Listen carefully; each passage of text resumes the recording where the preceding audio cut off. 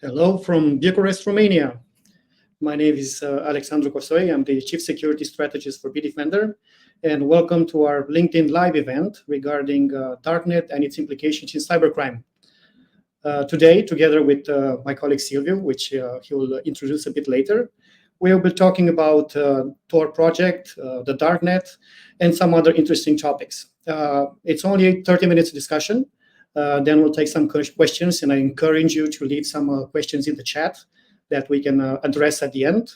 Also, please state where you're from, like China, India, whatever. We'd like to see how many people across the globe were joining to this event. And while we have just 30 minutes and we're touching subjects like how the Tor project works, why was it built for, its use cases for good or for, let's say, bad, the ecosystem around it. I'm also going to tell you that on 25th of September, we're also going to have another webinar, which is going to be quite longer. It's going to be like an hour long. And there we can address some of the topics into a more deep manner to go into the details. Today, it's going to be just having an overview, understanding the ecosystem, see how things go, and just to provide you a teaser, and then we can continue to discuss into the webinar. Silvio, you take the lead from now. Hello, my name is Silvio. I am the Senior Manager for the Investigation and Forensics Unit. My role here is to work on technologies that help Bitdefender achieve a better understanding of trending attacks, staying ahead of the hackers. To this end, we deploy honeypots, which are servers that are specifically crafted to be compromised by hackers. And then we analyze and try to understand what happened and how they operate. We also monitor threat actors and their evolution in their hacking activities. And also we do some Darknet monitoring, and we have extensive expertise on the Darknet and how it works.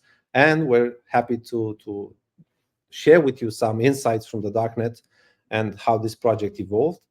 I'll start with one slide which shows some numbers on it. I'll share it on the screen here.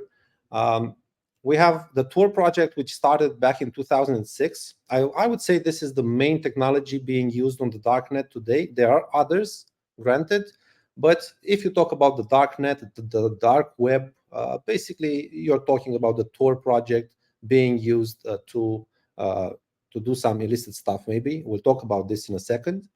How does it work? How does this technology make it possible for people to be anonymous and private? Well, you see a diagram here of a computer connecting to some websites by using the Tor network in the middle. That Tor network is comprised of thousands, close to 10,000 servers worldwide, deployed all over the world, which play a role in the network. Their main role is to route traffic and pass traffic from one node to the other. And you can see some keys there. Those keys are your encryption. So your browser, when it's visiting a website by using the Tor network, you're basically going through 3 layers of encryption at least. So people that are routing traffic for you, those people see encrypted traffic. So your traffic is safe from observation, except for the last guy on the network, which we call the exit node. So on the diagram, you have the last node, which exits towards the web pages. That node sees the traffic in clear, let's say. So if it's not an HTTPS resource, then they will know exactly what you're seeing. So yes, if you own an exit node, you can find out interesting information about people using the Tor network to access resources on the World Wide Web. So this infrastructure of servers is being used by over 2 million people daily, out of which some are using the normal Tor browser network, but also some bridges. These bridges are usually deployed differently than relays because they are hidden away in order to anonymize your use of the Tor network. So if your country is forbidding the use of the Tor network, then you'll use a bridge to contact the Tor network first. That way you can keep your privacy and the officials don't know that you are using the Tor network. If you look on the right side of the screen, you have the top countries that are using bridges, and you have Russia as #1 country that is using bridges right now. because you're not allowed to use the Tor network in that country, as well as Iran. The United States comes third because people are maybe more private oriented. They don't want people to know that they're using the Tor network, so they use a bridge to that end. And on the left side, the statistics are showing you the top users of the Tor network, the top countries, which show users from United States, Germany, and Finland, which are openly using the Tor network. So you have lots of people in those countries that are making use of the Tor network to browse their web resources. If you use the Tor network to reach a destination, then your anonymity is provided by the use of these relays in the middle, which are encrypting your traffic and they're routing your traffic throughout the world. So your packets will travel through Asia, maybe America, then back to Europe to your destination. So you have a lot of delay. Maybe it will be a little bit slower for you to use, but it will guarantee your privacy and anonymity. One important concept to mention here are the hidden services. Hidden services are websites which are located inside of the Tor network. So they are not outside, they are in the Tor network, part of those 10,000 servers, let's say. And their purpose and their critical characteristic is that they cannot be found out. You'll use a hidden service when you want to upload a resource online, but you don't want people to know where you are, where your server is. So it will be very difficult for law enforcement or authorities to get their hands on that specific server. These hidden services, as you'll see in our discussion, are being used also for nefarious reasons. Drug markets, weapons, and stuff like that are also hosted on such hidden services. These hidden services can be hosted on your laptop. You don't need to go out and buy a server from a cloud provider or something like that. You can host your resources online on your laptop and make it available as a hidden service for people to reach out. We'll have more time to discuss about these technologies. I'll let Cătălin introduce the positive aspects of using this Tor network, because there are multiple positive uses for this network. Thank you, Silvio. Yes, as you can see, the technology is using a lot of cryptography, and it's routing the traffic to various servers around the world. Its purpose is to conserve the privacy and anonymity of its users.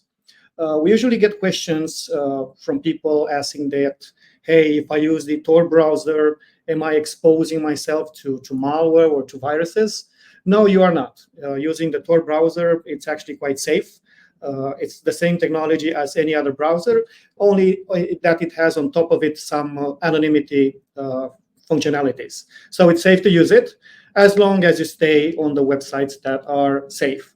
If you start browsing sites on the dark web, so to speak, and you click on links and you're not really experienced in what you're doing, yes, then you are sort of exposing yourself to some risks.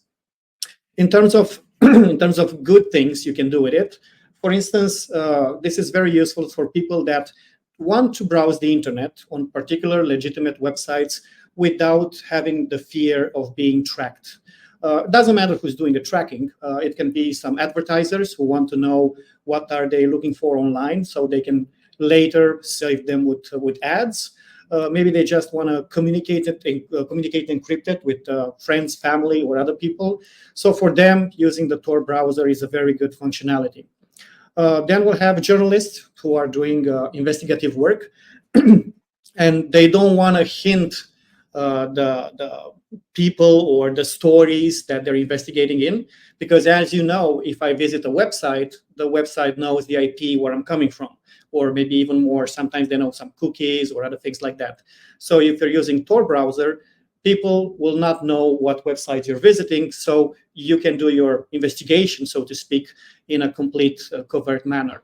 You're going to have whistleblowers who want to push information to the media without exposing their true identity. Silvio was mentioning that Tor is being used in oppressive governments, which block access to particular sides of the internet, which means maybe you want to visit some news magazines outside of your country, but you're not allowed to. The government blocks access to the websites. So a good way to do that is to use the Tor browser And then the government, even though they are tracking your activities online, they will know you're using Tor, but they will not know what for. The reason why Russia was number one in there for using the bridges is the fact that right before, like 2-3 months before the war between Russia and Ukraine started, the Tor project received a notification from the Russian government saying that they will not allow them to be used in Russia anymore because the Tor project is evil. And later on, they start blocking access to the Tor project for Russian citizens. Obviously, the war started, so this way they were making sure that Russian citizens weren't able to read media outside Russia. So obviously, the Tor project came to help them, and they created a lot of bridges in order for them to still be able to use the project and still be able to read news outside of Russia. There's a very interesting presentation 2 years ago from at Black Hat, if you want to know more details about what the Tor project did regarding the blocking in Russia. Then you have people that have, I don't know, particular conditions, or they have very interesting some subjects that they want to discuss about, but they don't want to put their name on it. They don't want to know people that who is behind those comments or those stories. Maybe they're very intimate, various reasons. So again, the fact that there are forums, hidden services, as Silvio called them, where you can actually comment and discuss. These forums are hidden away from the population. You do not know where that particular server is, so you can't actually go and look at it. And also, as the technology is there, you can do this in a private manner. And obviously, the ability of hosting your own website, whether you're doing it from, I don't know, a mobile phone while being on a train, and you're actually hosting a website on the Darknet, where you can put your thoughts, your freedom of speech, whatever crosses your mind, also is a good thing to have the ability to express yourself in a safe manner. But as this technology is very useful in terms of conserving privacy, anonymity, and also having the ability to host these anonymous services, this can also mean that they can be used by people with other sort of interests. And here I go back. And I have this, I open up a Tor browser session just to show you a little bit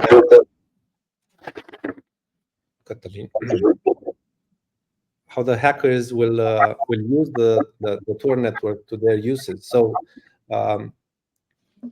what you're seeing here is the Dread forum. The Dread forum is like a Reddit forum that they are using for their organization, let's say. Here you'll have bad actors, but also people that are just coming into the Darknet. They are trying to find out more information about things. So they will use this kind of forums to organize themselves and find out more information about how to do things. I should mention the Darknet Bible here. The Darknet Bible is a resource that people could use to understand how to operate safely within the Darknet. So there are people that have written a Bible about how to use the Darknet without being caught for illicit reasons, of course. In this forum, people are discussing a lot of topics. I'm not going to go through each of them because maybe some are sensitive.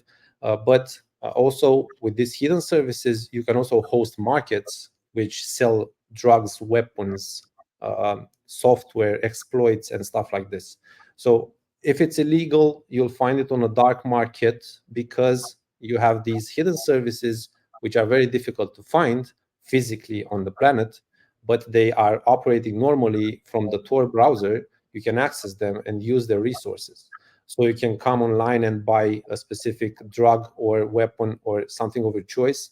From our cyber experience, we see people selling exploits, malware samples, and things like this. So it's a ecosystem that is operating here on the Darknet. And maybe with regards to cybercrime, I'll let Katalin indulge you in some details on the ecosystem of the Darknet. Yeah, it's very interesting because what happened here was that starting with Silro, that happened many years ago until today, there's been a lot of improvements in terms of how this dark market operates. And we also have categories of people that are active on such markets. For instance, we're going to have the administrators or the developers, so to speak. These are the people that actually code, write the software that runs the market. Basically, you can think of it about writing your own Amazon or some other online type of market. These are groups of like 2, 3, maybe 4 individuals. Doesn't really matter. So basically, they do all the PHP or HTML coding that allows the market to run and to execute. And this is the same technology that you use in the clear web. So it's not something special. Is that after you build it, then you make it run on the dark web. So it's only accessible using Tor browser. Then you're going to have the buyers, which are people that can create accounts on these markets, browse to the products, select whatever they want to buy, pay with cryptocurrency. All of them mostly accept Bitcoin, but you're also going to have Monero or Ethereum, for instance. So all this, the payment is done using cryptography, crypto coins. Then the communication that happens between the vendor and the buyer, it's always encrypted with various means. Most of the time is PGP, which is asymmetric cryptography. We're going to go into these topics into the webinar. Right now, we're just mentioning them. And then we're going to have the vendors, which create accounts. These accounts are a bit more special compared to a buyer account. They have to be accepted by the administrators. Sometimes they have to pay some sort of money in order to become a vendor. And this money varies in terms of what sort of vendor you are, like gold, silver, platinum, how many products are you planning to sell, and so on. Also, the vendors can be and usually are available on multiple markets. And in order to identify that it's the same vendor on multiple markets, the way to do it is to look at their PGP key, to see if they look at their public key, and then you can identify and testify that, hey, the vendor that's vendor A on market 1 is vendor A in market B, because it uses the same key, and you can actually challenge that and validate that it's the same person. Because on the darknet, since you don't really know who you're dealing, ironically, trust is one of the most important things when it comes to dealing on the dark markets. You don't know who you're talking to, you don't know the person, so you have to base your trust using cryptographic tools, and also looking at reviews. So all vendors have reviews. You can see how many stars they have, how many products they sold, how many customers are happy with the purchase. Sometimes you're going to see bad reviews with people saying that, hey, the product arrived in a good time, but the quality is not that great, so 2 stars instead of 5. So trust and the quality of the activity that you do as a vendor is very important online. Obviously, not all buyers are also always legit. So you'll see buyers that are challenging the quality of the product, and they're asking the help of another type of entity on these dark markets, which are the moderators. So whenever there's a sort of a conflict, so to speak, between a vendor and a buyer, a moderator comes in and see who's right and who's wrong. And also, you're going to have the ability to use to place orders using an escrow, which is basically whenever you want to buy a product, you send the money, but not directly to the vendor. You actually send it to a third party. The third party notifies the vendor that the funds have been transferred into their account. The vendor delivers the product, whatever product that may be. Once the buyer receives the products and certifies that everything is okay, he notifies the escrow, the third party, that everything is right, and this third party releases the funds toward the vendor, so the vendor receives the money for the product he sold. So as you can see, it's a very complex ecosystem. It's based on trust, but imposed sort of trust. And also the administrators are making sure that the people that do business on their markets are safe, even though maybe they're not really technically savvy. So basically, if they upload photos, they'll make sure there's no EXIF information or information in that photo that might identify who the buyer or the vendor is, and other means and things like that. So very complex ecosystem. It's been evolving for the past years. They've been learning from their own mistakes. And these things exist because people need to buy products that are not necessarily legal. Vendors make a lot of money.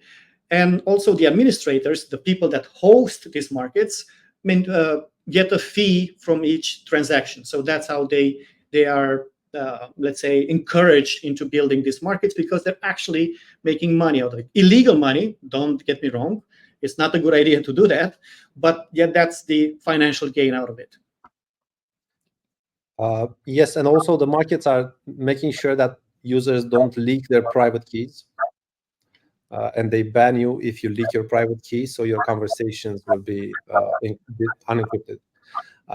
Moving on with our discussion to cyberspace, not just drugs and weapons, but mostly cybercrime.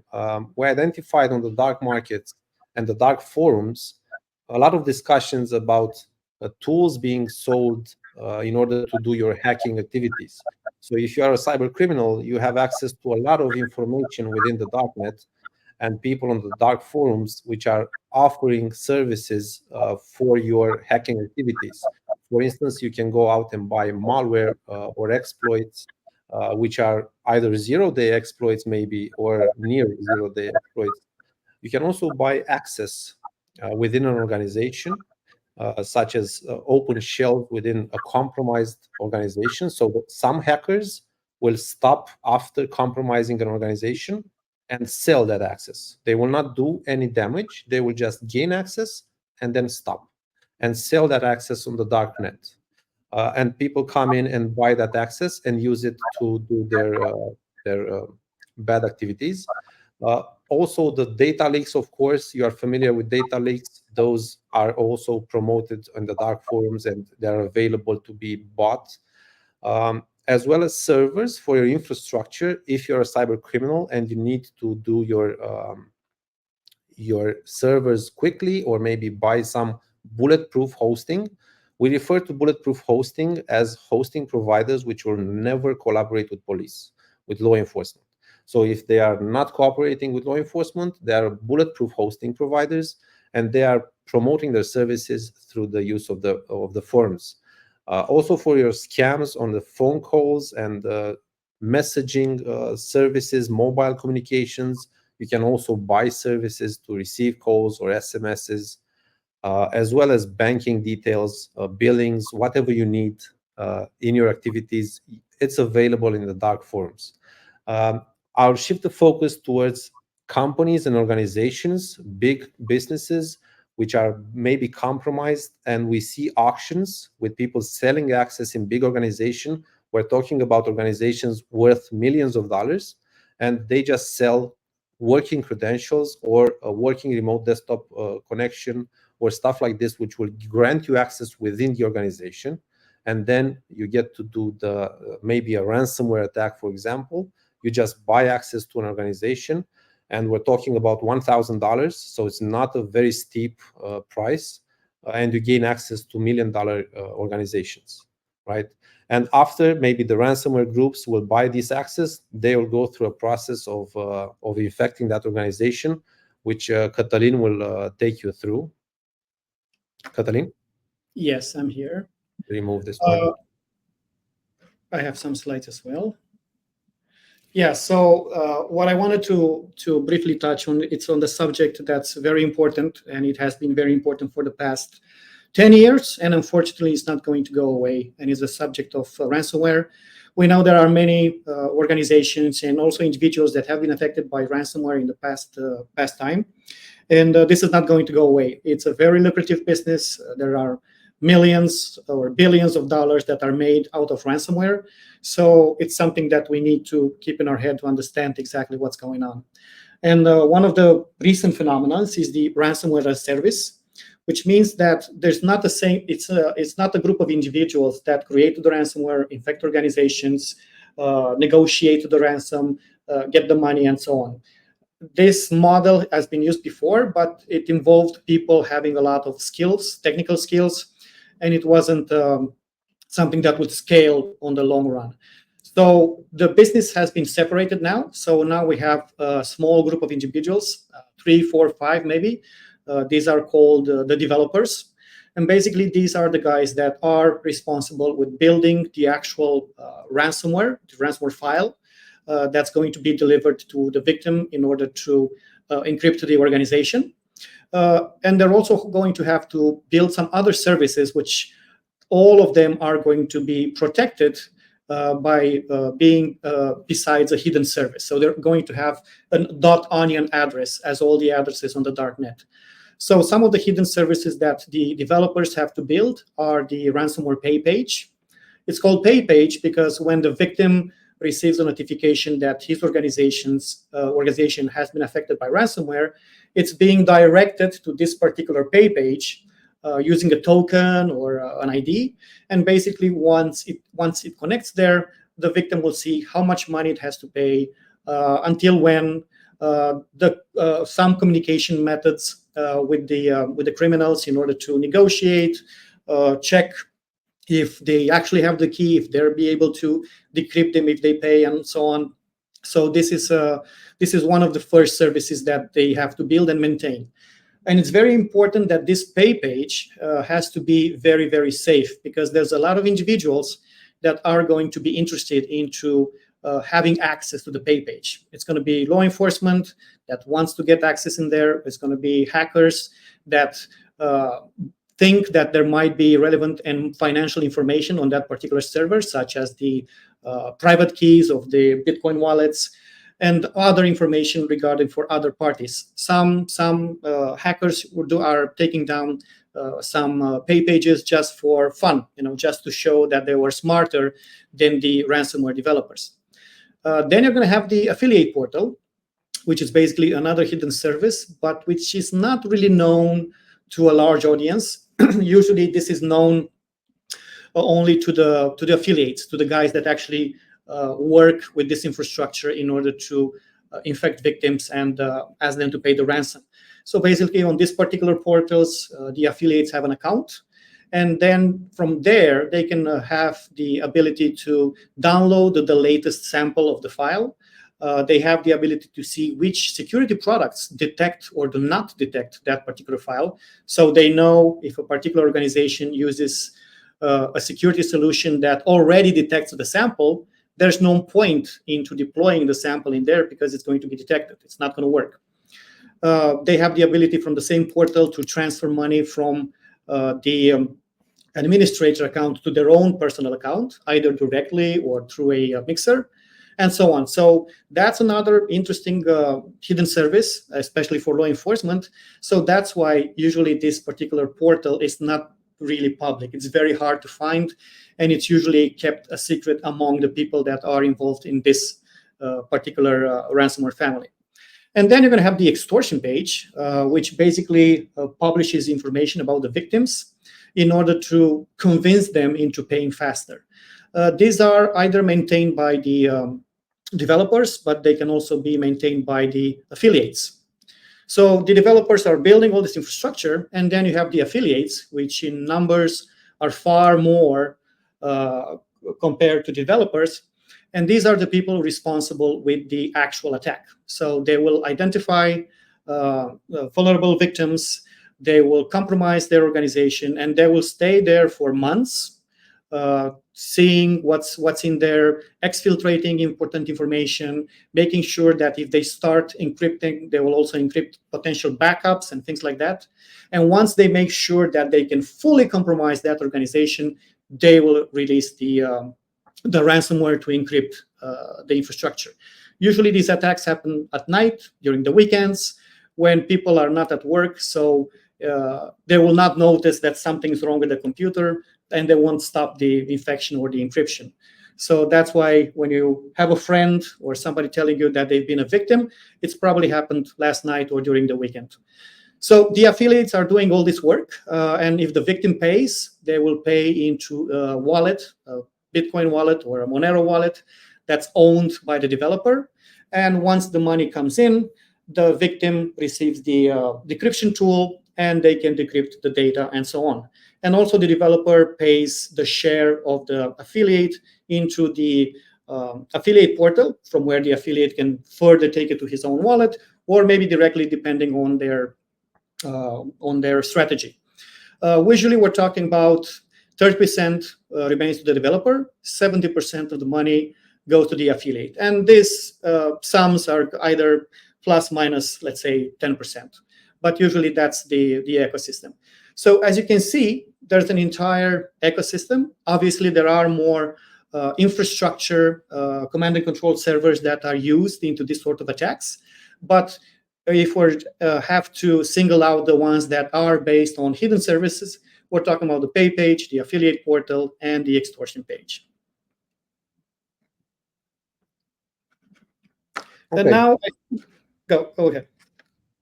Yeah, so with this, we complete the circle about the darknet and how it can be used for bad purposes as well as good ones.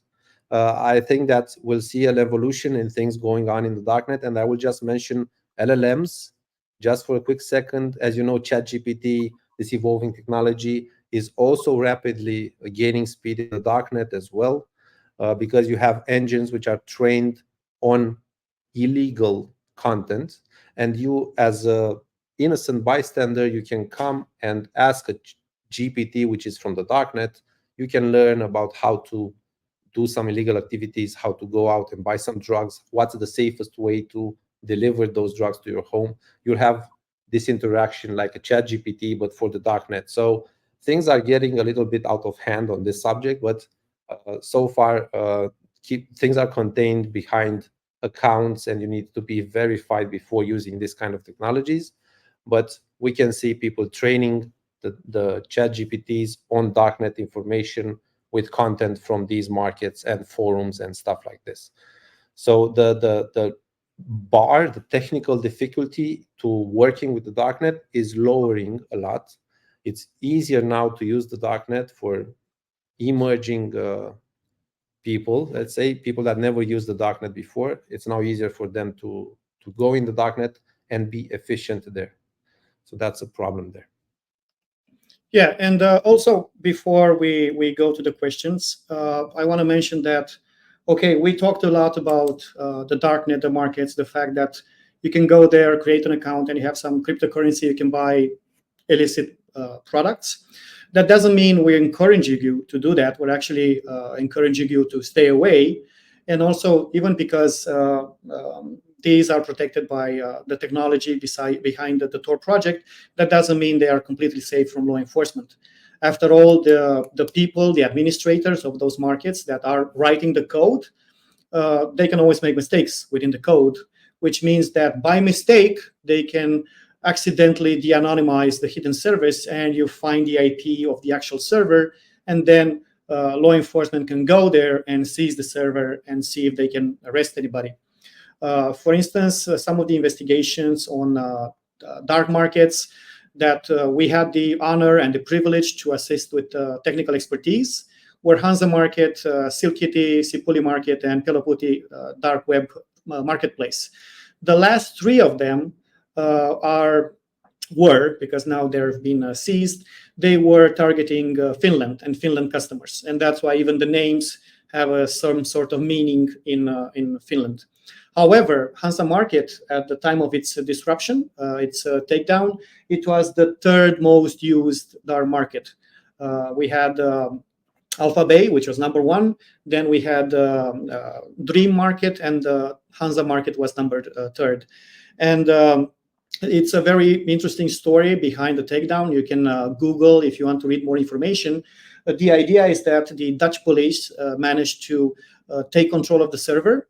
And not only that they took control of the server, but they also hosted it themselves for about a month, which meant that they have the ability to look and tamper the source code, to change some of the protection mechanisms. So then the buyers and vendors were actually playing orders in a database controlled by the police. So after the seize and the arrest of the administrators, many vendors and buyers received local visits from local police officers saying, hey, the fact that you're using Tor browser doesn't mean you're safe, so stop doing that. So these are some of the things I wanted to mention at the end. We're not encouraging you to use the Darknet for this means. We're encouraging you to conserve privacy, anonymity, freedom of speech. That's very okay. Illicit products, not okay. So now we can. A question. There is a question from Max regarding the DNS services. Very nice question. I'll pop up the slide just for a second, and I will answer that. The question is, if connecting to a normal website using Tor, does the Tor network perform its own DNS lookups? What's happening here is that actually the exit node is doing the DNS for you. So you're establishing a circuit to the exit node, and through that circuit, you're sending the host that you're trying to reach. And the exit node will perform the DNS requests on your behalf and serve you back the content from that web page that you're looking for. And thank you for the question. That was a very nice touch. Okay. We have another question from Richard asking if this presentation or this session will be available after the live event. Yes, it will, including the comments and everything else. I think it's going to be as long as LinkedIn exists. So yes, it will be available. And also don't forget that on 25th of September, we have that webinar, which is going to be a bit more technical. We're going to spend more time on the cryptography and the way things happen in these markets, in marketplaces. So now it's just scratching the surface. We already, let's say, past time. But join us for that webinar for further information. And also today we're launching a Fighting Cybercrime dedicated website page. Actually, it's just a page where we will continue to publish information regarding cybercrime fighting, investigations, things related to the Darknet. We're also going to publish an ebook with some of these ecosystems going really into details of how things operate and how that will to people to understand how things work. I think that will be, the link will be published in the comments on this session. Do we have any more questions? Yes, there's one more question from Max regarding private forums. I'll take this one. It's true that they often require proof of skill or a recommendation or some sorts to enter private forums. So yes, Darknet scanning tools are either inside the forums through some other means, but also if they are not inside the forum, it's obvious they cannot scan a private forum. So yes. Private forums are closed to scanners unless you can get in. But if you get inside the private forum, then you have the problem of crawling it because they have anti-crawling techniques, and they will be watching out for people trying to open up too many pages too fast and techniques like this. So it's going to be a difficult endeavor, but not unsolvable. I think there's another one, post-unpaid ransomware attack. How much appetite is there for the leaked company data by other threat actors on marketplaces and forums? It obviously depends on the data. Sometimes it can be data that's not really relevant, so that doesn't mean it's not going to be posted for sale. That means just the amount of data, the amount of the money, the sum of the money that's being charged is going to be a lot less, because these guys can actually monetize anything, right? If it's just a list of email addresses and phone numbers, very valuable for those scammers that call you and try to convince you to invest in something.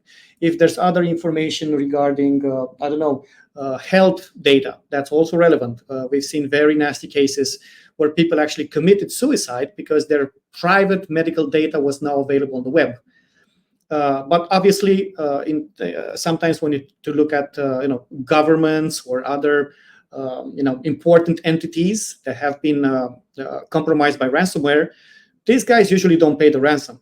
A government will not pay ransomware, but the data that they exfiltrated from those governmental institutions is very valuable for other countries. So it pretty much depends on the data that has been exfiltrated. All right, so apparently we did great. We are on time. So without going into further discussions on this topic, I'll quickly remind you about the webinar, 25th of August, and also about the Fighting Cybercrime page, where you can go there, find all the other details, and we're going to be publishing a lot of information in the following months. Thank you very much. And once again, have a good day from Bucharest, Romania.